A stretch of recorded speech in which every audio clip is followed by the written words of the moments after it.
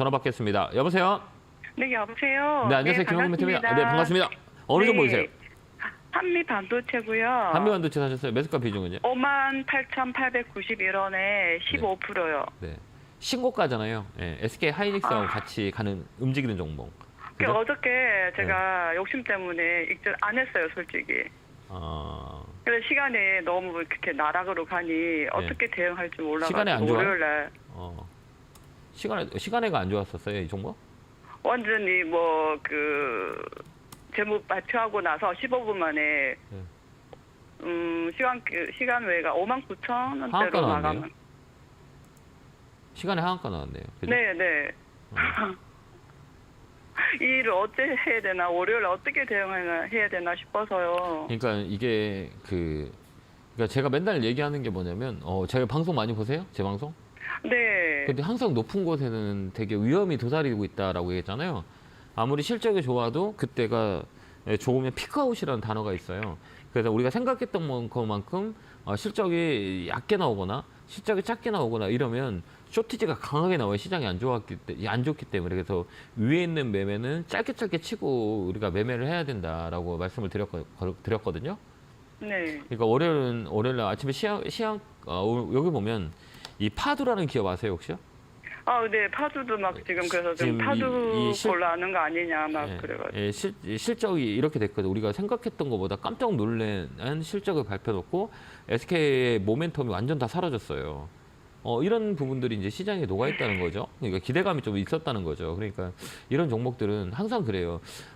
이 가격의 위치가 높은 것들은 항상 다 쇼티지가 나와요. 그래서 높게 있는 것들은 정말 내가 트레이딩을 잘 못하거나 정말 빨리 내가 생각했던 수익이 많이 들어왔을 땐 얼른 수익을 챙기는 게 낫거든요. 그래서 월요일 날에 좀 영향을 있을 거예요. 많이 있을 거예요.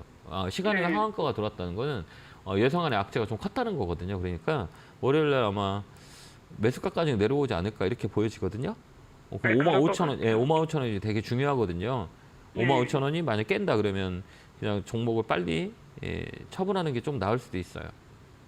시간에가 9%고 잔량이 25만 주 살렸다면 월요일 날은 그래도 월요일 날 시장이 좀 좋을 거예요. 왜 그러냐면 미국 시장의 나스닥이 나쁘지 않았거든요. 그다음에 필라델피아 반도체 지수 자체도 좋았고 그다음에 여러 가지 반도체 관련주를 좋았기 때문에 월요일 날 8개는 줄 거예요. 그때 좀 팔아놓고 나중에 이제 주가의 추이를 본 다음에 대응하는 게 훨씬 더 좋아요. 그러면 멘토님 월요일 날 55,000원을 지지하는 어떤 형상이 만약에 보이면 나와요. 그래도 나와요. 네, 근데 정말 다행인 게 어차피 월요일 날은 시장이 반등이 들어올 거거든요. 네. 그러니까 시장이 뭐 만약에 금요일 날 급락이 나왔다. 이러면 좀 달라지겠지만 미국 시장 자체가 강하게 올라왔거든요. 그러니까 우리나라도 아침에 영향을 줄 거예요. 그러면 이제 이 종목도 이제 꼬리를 줄 수 있어요. 꼬리. 이제 확 밀렸다가 아침에는 왜 그러면 시간에 하한가가 나왔기 때문에 아침에 무조건 밀려요. 그게 이제 얼마큼 밀리냐에 따라서 장중에 꼬리가 이렇게 들어올 수가 있어요. 시장이 좋은데 악재가 나오면 그 악재를 어느 정도 희석하거든요. 그게 이제 시장과의 믹싱인데 아침에 이제 확 밀렸다가 꼬리가 들어오는 줄 잘 봐야 돼요. 그래서 장중 팔 수 있는 기회가 있으니까 55,000원에서 6만 원 사이에서 왔다 갔다 하는지를 보고 그다음에 꼬리를 잘 보고 제가 이제 시간이 없어서 뉴스를 정확히 체크는 안 했거든요. 이게 실적이 어떻게 됐는지를 좀 봐야 될 건데 한번 좀 너무 안 좋았어요. 많이 안 좋네요. 네. 근데 HBM 이런 거에서 그렇게 나쁘지 않게 다들 그러니까 얘는 선반영 된 거라. 네, 선반영 됐어요. 네. 많이 맞네요. 생각보다 정례 대비 91%네요. 너무 충격적이에요. 너무 안 좋네요. 그러니까 이 주가라는 게 거품이 좀 있거든요. 우리나라 시장은 좀 심해요. 그래서 항상 올라가 있는 것들은 저는 그래요. 2차 전지도 저번에 고점에서 제가 분명히 말씀드렸어요. 이거는 조금 더 빠질 수 있고 끝도 없이 가는 주식은 없기 때문에 다음부터는 주식을 살 때 이 고점에서 매매할 때는 바로바로 수익을 챙기면서 이 추이를 보는 게 전략이라고 보면 돼요. 이번에 이제 잘 교훈을 얻고 진짜 끝까지 가는 주식은 없어요. 그러니까 이런 것도 우리가 이런 것도 경험해 보면 이제 다음에는 위쪽에서 살 때 좀 내가 조금 더 조심하고 내가 수익을 줬을 때 얼른 갖고자라는 게 지금은 그 과정이 더 중요해요. 하다 보면 뭐 이럴 때도 있고 저럴 때도 있기 때문에 이번 이 과정이 들어오면 야 이게 실적이 어느 정도 반영된 것들은 피크아웃이라 그래요. 훨씬 네. 좋지 않으면 그냥 급락 나와요. 왜 그러면 그거를 미래에 있는 거를 먼저 땡겨왔기 때문에 그걸 뭐라고 하냐면 피크아웃이라 그래요. 그래서 주중에서 가장 중요한 거는 선반영 해보세요. 선반영. 미리 네, 반영되는 선반영. 거예요. 좋은 걸 네. 미리 땡겨와요. 그다음에 피크아웃. 좋았기 때문에 더 좋지 않으면 그냥 급락이 나와요. 이게 피크아웃이에요.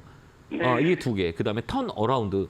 너무 안 좋았기 때문에 이제 좋아질 거야라고 하면 기저 효과가 나와요. 이 네 가지 카탈로그를 가지고 주가는 움직여요.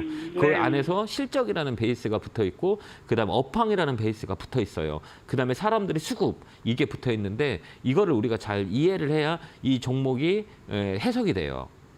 이런 걸 좀 공부를 좀 하시면 좀 더 도움 나왔고요. 너무 제 걱정하지 욕심이 마시고. 제일 문제죠, 뭐.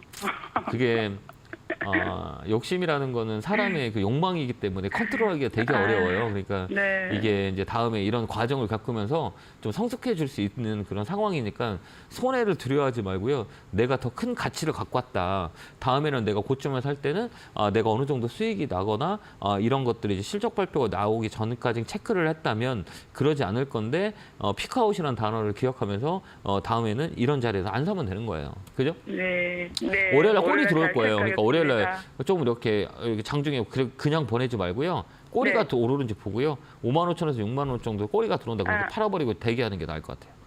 네, 알겠습니다. 네, 너무 송호택 여러분 고맙습니다. 힘내시고요. 응원합니다. 네. 감사합니다. 네.